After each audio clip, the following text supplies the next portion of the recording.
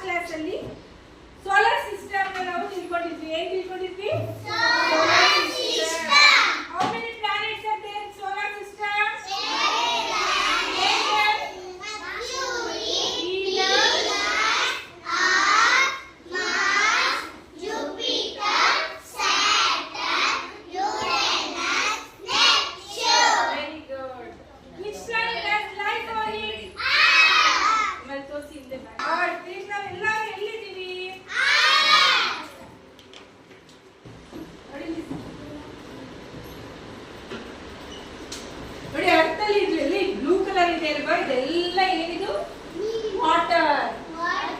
27% ಮಾತ್ರ ಲ್ಯಾಂಡ್ ಇರೋದು.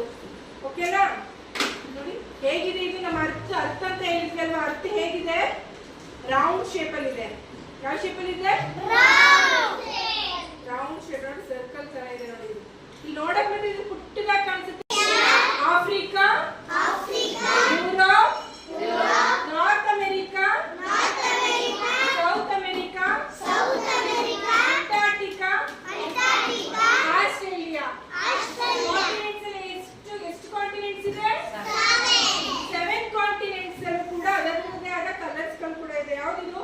Asia, Africa, Europe,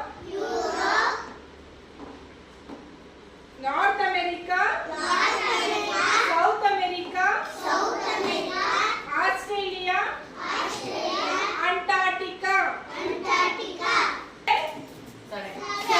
continents ಅಲ್ವಾ?